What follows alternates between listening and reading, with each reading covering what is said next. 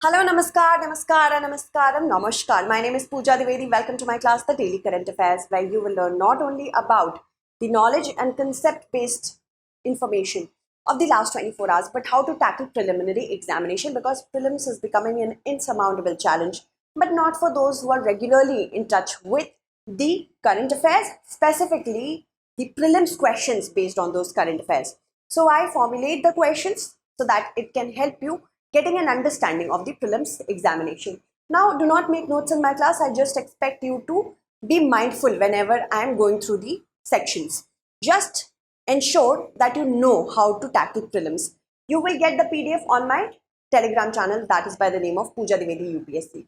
If you have any questions regarding this examination, you can connect with me on my Instagram, and I also conduct answer writing sessions on my Telegram channel, so you can become a part of that from that perspective as well.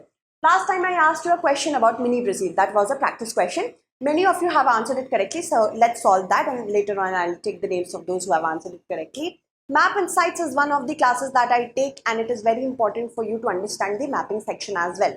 So do visit the StudyIQ IAS English website, and you will find a playlist there. The maps have been given, and you will get an expertise whenever you will continuously go through the mapping sections. I take that on a weekly basis. 4 classes have been taken up. So, which of the following is also known as mini Brazil in India? Mini Brazil, I already told you about the importance of such questions, because whenever in Man Ki Baat, the Prime Minister says about some things, of course, UPSC will ask you from that perspective. So, Bicharpur, Nadia, Purulia, Dakshin, Dinajpur. The correct answer to this question is, many of you have answered it correctly, it's Bicharpur. Now, Bicharpur is a tribal village, forested village in the Sahdol district of Madhya Pradesh. It is said that every child who is born in Bicharpur, they are born attached with football, as in their legs or their feet have been attached with football, because of the immense kicking powers these tribes have. And the Sahdol district here, specifically the Bicharpur, it is inhabited by Gond and Bega tribes. Okay, Gond and Bega tribes. So why is it known as the mini Brazil? Because of the immense craze that it has for football. Other than this, it has also produced 45 national level football players. It all started with Rais Ahmed, and he was coaching the railways team. But when he saw these kids, that those who were having immense potential for football, he started training them. Now he's such a good human being that he thought that these children, because of their financial incapacities, they may not be able to travel to some stadium. So he used to visit that village on a regular basis so that he can teach them. So there is your story, a very good story. Now, 2 kids from Bicharpur, Yash Bega and Anidev Singh, these are just 4 and 5 years old respectively. They recently met Narendra Modi ji, and they have been the youngest footballers to meet Modi ji. Moving on. The Indian football team actually qualified for FIFA World Cup, which was held in Brazil in 1950. Many people do not know that, but it is said that they, although they were pitted against Sweden, Italy, and Paraguay in the 1950s, there were some issues with respect to the capacities, as in they wanted to play bare feet. It is all rumored, but they wanted to play bare feet, but it wasn't allowed. The official statements was around disagreement over team selection and insufficient practice time. I will take the names of those students who have answered it correctly as the classes progress by the end of this segment. So stay tuned. Now, consider the following statements with respect to Bal Gangadhar Tilak.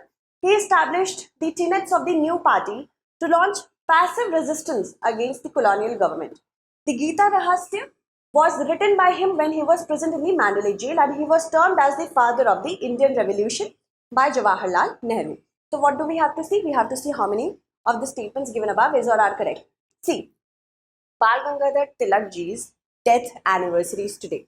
So that is why I have asked you this question. Another thing is that the Lokmanya Tilak award is being awarded to the Prime Minister of India, and he is the 41st recipient of this award. So that is why it is important for us to know about it. So Bal Gangadhar Tilak ji, a nationalist, ardent and staunch nationalist who was also a scholar, a philosopher, he has been known for many things. Specifically, if we talk about establishing the Home Rule League, other than this, siring of the pact with Muhammad Ali Jinnah. So these are the certain things, but he also did great in other fields as well. He established the tenets of new party in order to launch passive resistance when it was decided that Bengal will be divided by Lord Curzon. Then he was the one who propounded the theory of boycotting, to not participate or not buy goods that are supplied by the colonial government. And later on, this was popularized by whom? Mahatma Gandhi. So that is why he is many a times considered the actual propounder of the passive resistance, and this was done through the tenets of the new party. Okay, so first is correct. When he wasn't happy with the moderates took another sort of stance in dealing with the colonial government. He did not want piecemeal legislations. He wanted Swaraj, or the power to govern ourselves. Then came the Surat split, 1907. Now, when the British saw that there is considerable, schism between him and the other nationalists, they took this opportunity, charged him under sedition, and sent him to Mandalay for 6 years. And there he wrote the his magnum opus, that was Gita Rahasya. He also wrote the Orions and many other important books. We'll talk about that. So second is also correct. When he died, as a tribute, Mahatma Gandhi called him the maker of modern India, and Jawaharlal Nehru called him the father of the Indian Revolution. So all these three statements are actually correct. So the correct will be 3 only will be the correct answer. Lokmanya Tilak National Award. This is established by Tilak Smarak Mandir Trust. Since 1983 it has been awarded to those who work for the progress of the nation and to those whose contribution can only be looked upon as remarkable and extraordinary. Also, former presidents Dr. Shankar Dayal Sharma and Pranab Mukherjee, former prime ministers such as Indira Gandhi ji, Atal Bihari Vajpayee ji, Dr. Manmohan Singh ji, they all have been awarded by this particular award. Businessman N.R. Narayana Murthy as well as Cyrus Poonewala have been also awarded, engineer E. Sridharan, among others. So in your prelims examination, it can also be asked about such things. Other than this, make sure that you know about in depth of some very important nationalist, specifically for after whom we have awards, because UPSC can now go beyond certain very superficial details. They can go in depth. So this all may not be present in some particular book, but government websites are a great way to make sure that you know such things. Do not worry about it. It will take you a lot of time to go through each and every government website, and I am here to save your time from that perspective only. So let's move on and talk about Bal Gangadhar Tilak ji. He was born on July 23rd, 1856 in Ratnagiri, and now he collapsed or passed away on August 1st, 1920 in Bombay. Now it's Mumbai. He was a scholar, mathematician, philosopher as well as an ardent nationalist. He founded the Home Rule League he was the president of the Home Rule League in 1914, and in 1916, of course, the Lucknow Pact was signed between him and Muhammad Ali Jinnah, which paved the way for the Hindu-Muslim unity to fight against the colonial government. He kept his philosophies and his ideals not only up to himself, he also made sure that he was sending the correct message to the masses through 2 weekly newspapers. First one was the Kesari, or the Lion, which was both edited and owned by him, and this was in Marathi. When it comes to the Maratha, it was in English. Okay. Also, he was the one who popularized some Hindu festivals such as the Ganesh festivals in 1893 and also the Shivaji festival in 1895. This symbolism was in order to converge all the nationalists together, all the citizens of India together to fight against the colonial government. But also we can say that throughout these times, the Muslims felt aloof because of this. Okay, this wasn't something intended for, but of course it was a result. This was not the intent of Bal Gangadhar Tilak. Now, when Lord Curzon he partitioned Bengal, it was suggested by Bal Gangadhar Tilak that annulment should not be done and also boycott should be done. This is passive resistance. That means resisting the colonial government by something that you can do passively, not by things, not associate in any sort of cooperation with the government, with the colonial government. And later on this was popularized by Mahatma Gandhi. Tilak aimed at Swaraj. That means independence, as in we have to govern ourselves. Swaraj is my birthright and I shall have it. And he wasn't happy with the piecemeal legislations. And of course, I have told you most of these things. See, he wrote the magnum opus Gita Rahasya, which was also the Srimad Bhagavad Gita Rahasya. He discarded the orthodox interpretation of the Gita by saying that it is not the renunciation of the world that is important. It is serving the humanity, serving a cause, which is said in the Gita Rahasya. In 1893, he wrote the Orion, or Researches into the Antiquity of the Vedas. A decade later, he wrote the Arctic Home in the Vedas. Okay, moving on. I have already told you about these two, so let's move forward. With respect to the PM Mudra Yojana, consider the following statements. Mudra loans are available in 4 categories. Monitoring of PMMY progress at the national level is done by the Ministry of MSME, and Mudra will be extending refinance support to regional rural banks for enhancing their liquidity. How many statements given above is or are correct? See, Mudra loans are actually an establishment, we can say, or a system, we can call it, through which refinancing and financing is done for the sectors which want to move forward but they do not have the proper formal channels of loan. And it is available in 3 categories, not 4. Of course, Shishu, Kishore and Tarun. In Shishu, loans up to 50,000. Okay, loans up to 50,000 is available. Up to. When it comes to Kishore, it is from 50,000 up to 5 lakh. Kishore, 50,000 up to 5 lakh. Then Tarun, from 5 lakh to 10 lakh. This is the different categories of loan structure under this Mudra scheme. So first is incorrect. Monitoring is done under Department of Financial Services at the national level, which is under the Ministry of Finance. You can get confused if you do not know such in-depth details, because sometimes we tend to just read the superficial things. We forget about the actual in-depth details. So remember, it is done by the Department of Financial Services at the national level, which comes under the Ministry of Finance. So first is incorrect, second is also incorrect, and Mudra will be extending refinancing support to the RRBs. This is definitely correct. Option 3 is, statement 3 is correct. How many are correct? One only will be the correct answer. Recently, it was revealed that over 6 crore 23 lakh loans have been given under this Pradhan Mantri Mudra Yojana in the fiscal year 2022-23. Now, if we talk about the Mudra Yojana, it is the short form for Micro Units Development and Refinance Agency Limited.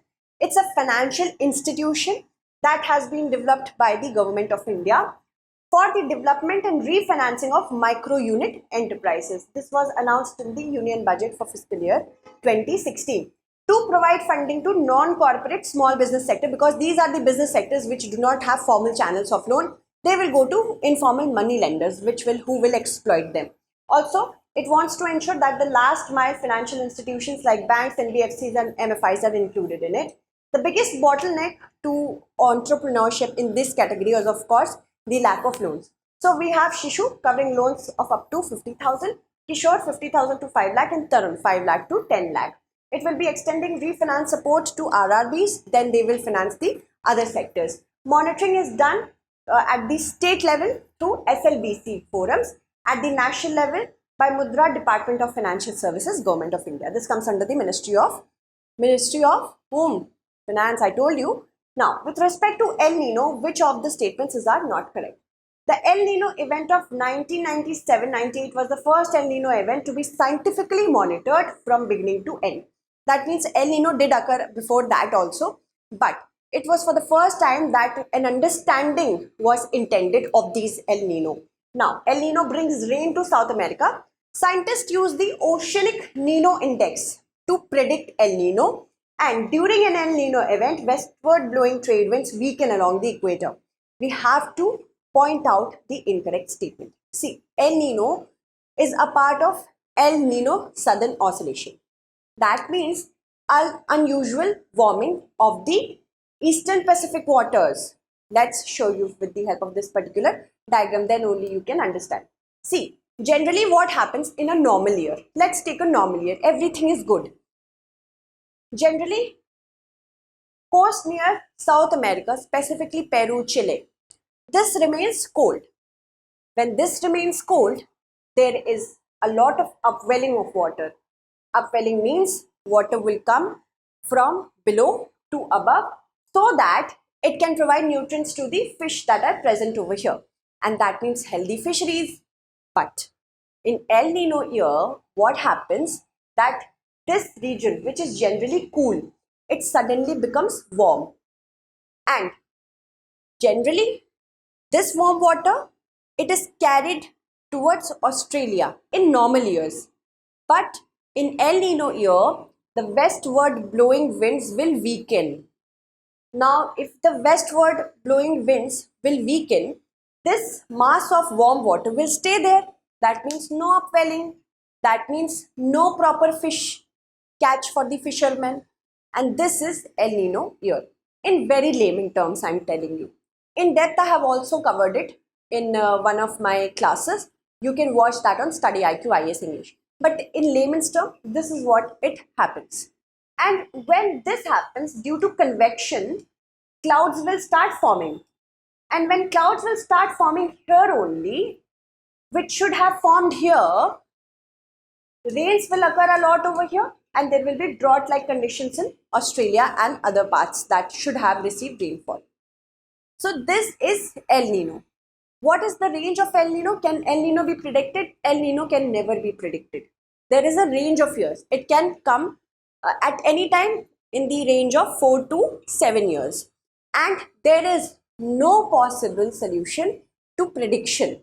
We can now, of course, understand about how it works when it sets up. But we do not know when it is going to come again. That means after 2016, we saw El Nino in this particular year, 2023. That is why it is so hot.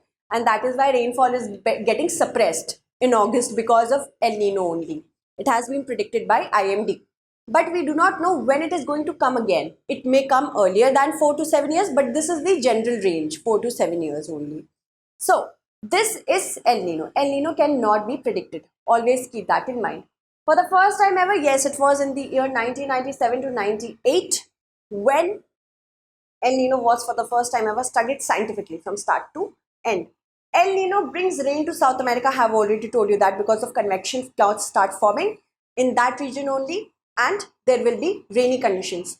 And it is accompanied by malaria, cholera, all sorts of infested diseases that are, available after the floods. Then scientists actually use the Ocean Nino Index to see how much deviation has occurred in the ocean from the normal temperature. It is not used to predict El Nino. Forget about it. So C is the not correct one. This will be the correct answer. And during an El Nino event, the westward blowing winds along the equator, they weaken. So this phenomenon can be understood by this perspective. Option C is the correct answer over here. Let's move forward. With respect to the scheduled tribes, consider the following statements. The process to include tribes in the ST list begins with the National Commission for Scheduled Tribe. That means if I have to decide a tribe has to become a scheduled tribe or not, this will start with the National Commission for Scheduled Tribe. Next, the President has the power to notify tribes in accordance with the Article 341 of the Constitution. Now, what do we have to see? Which of the statements given above is or are correct? Recently, the Pahadis and other very important tribes such as Gadda Brahmin, Koli, Padari tribe, Pahadi ethnic group, these are supposed to enter the scheduled tribe list. But the Bakarwas and other tribes are saying that how is it possible? They are well-to-do. Why should they be, described as a tribe? And they have also said that we will create Manipur-like conditions if you do not take this particular bill back. So this is what they are saying. So the process to include tribes in the ST list, it actually begins with the state or the union territory, which it is concerned with. Then it is sent to the Ministry of Tribal Affairs. After that, it is sent to the Registrar General of India. Then it is sent to the National Commission for Scheduled Tribe.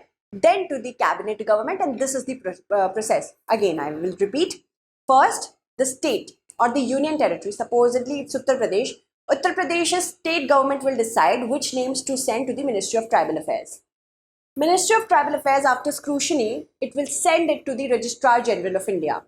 Registrar General of India will scrutinize it further, then they will send it to the National Commission for Scheduled Tribes. After that, it will be sent to the Cabinet, and the Cabinet will finally tell the President about it. The President after that has the powers under Article 342 Clause 1 and not 341 to notify such tribes. Okay. So first statement is incorrect, second is also incorrect. Which ones are correct? Neither one nor two will be the correct answer. Now I have already told you about this, so let's move forward. I have also told you about this. See, as per the 1931 census, scheduled tribes are termed as backward tribes living in the excluded and partially excluded areas. After independence, we did not have a proper description, so we used the census of 1931 to reach that conclusion, which should be described as tribes and which shouldn't be. Now, in Article 366, Clause 25 of the Constitution, there is now a process to define scheduled tribes.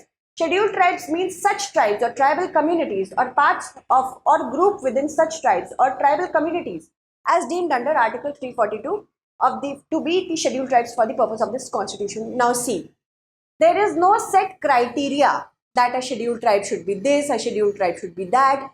If they are, not performing well in this category, they should be termed as scheduled tribe. If they are less in population, something like that. No, only the process has been given that who will do it. It is the President who will do it. So there is no set criteria in the Constitution, but just a process. Remember that.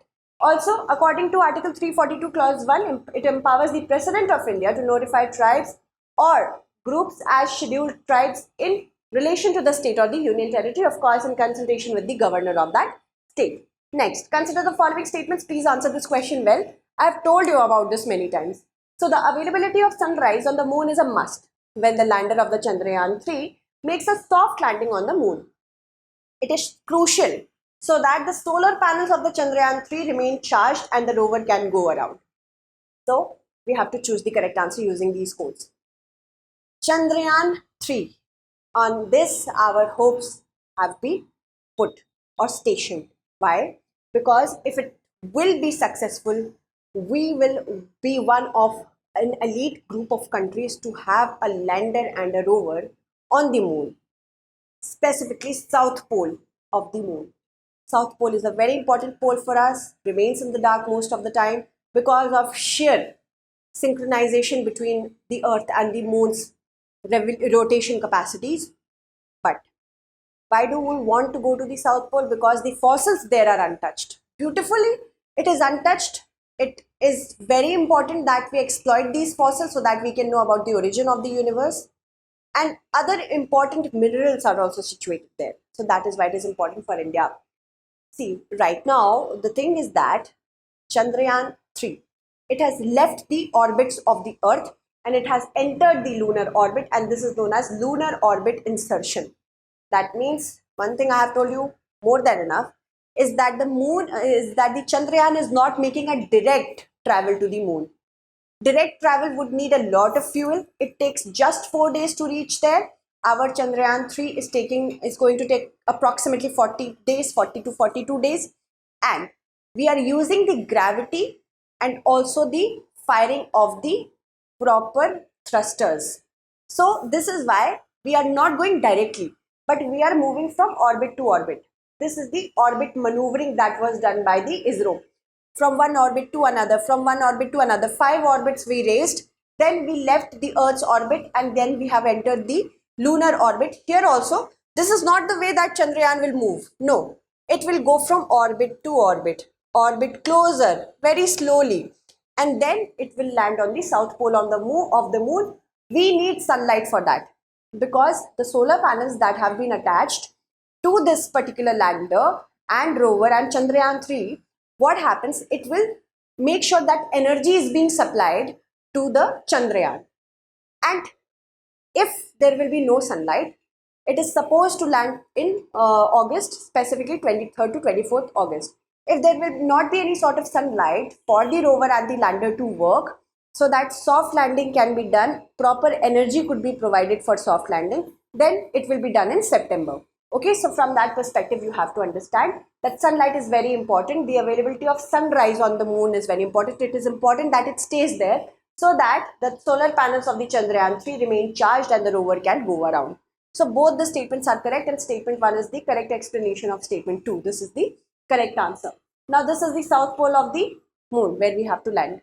Moving on, the soft landing has been planned according to the availability of the sun, and more solar panels have been attached to it so that proper landing can be done. Consider the following statements. On July 28, 2023, the Earth saw its first plastic overshoot day. India ranks second in the mismanaged waste index. Just 12 countries in the world are responsible for 52% of the whole mismanaged plastic waste. So how many statements given above is or are correct? See, what is plastic overshoot? Plastic overshoot means the earth has more plastic generation that it could be managed. Okay, this is plastic overshoot, like we have the earth overshoot. Plastic overshoot here, it is based on the mismanaged waste index, in which India ranks 4th. So on 28 July 2023, the earth for the first time ever reached its plastic overshoot day. The first is correct, second is incorrect. And there are just 12 countries, including India, who are responsible for 52% of the entire mismanaged plastic waste. First is correct, second is incorrect, third is correct. How many are correct? 2 only will be the correct answer. This all has been found out by Swiss-based research consultancy Earth Action through their report 2023 Plastic Overshoot Day. And I have already told you about this statement. Nearly this much tons of additional plastic waste will end up in nature this year. It has also been suggested that even if we go by the current legislations, by the current capacity of waste management, but if we continue on generating plastic like this, it will triple by the year 2040. This is what it has found. India, China, Brazil, Indonesia, Thailand, Russia, Mexico, USA, Saudi Arabia, DRC, Iran and Kazakhstan. These are the 12 countries that are responsible for the 52% of the entire mismanaged plastic waste. Overshoot day for India specifically, that was for the world. 28 July, right? Yeah, July. It was for the earth, the entire earth. But for India, it has already been January 6, 2023. So this is also a prelims fact you have to remember. Now India ranks 4th on the mismanaged waste index. I also covered the news analysis for important issues. You can tune into this as well. Today I will cover the Haryana issue, the new issue. Moving on. This is a practice question for you. The Muslim Women's Rights Day is celebrated on. These are the given options. You have to choose correctly. The ones who have answered it correctly will get their names spoken in the next class. I would also like to suggest one thing, that please do not, your username is such that I cannot pronounce it. Try to write your names as well. Okay. So yes, Simran has answered it correctly. Riya, Mandeep, Komal, Shubham, Mihir, Tejas, Preeti, Shubhendu, NDA, Siddharth, Vignesh, Anant, even Racha, Padmashri, Abhishek, Kushi, Sushmita, Om, Priya, Prosit, Sneha, Bachu, Ashish, Malinath, Shubhang, and Kasturi. Temporary creation, Kaushik, Kushiyadav, Ishita. You all have answered it correctly. Congratulations. Those who did not get their names here, please write your names in the lower part of the answer so that I can take your names as well. Okay. So thank you so much for watching. Stay updated.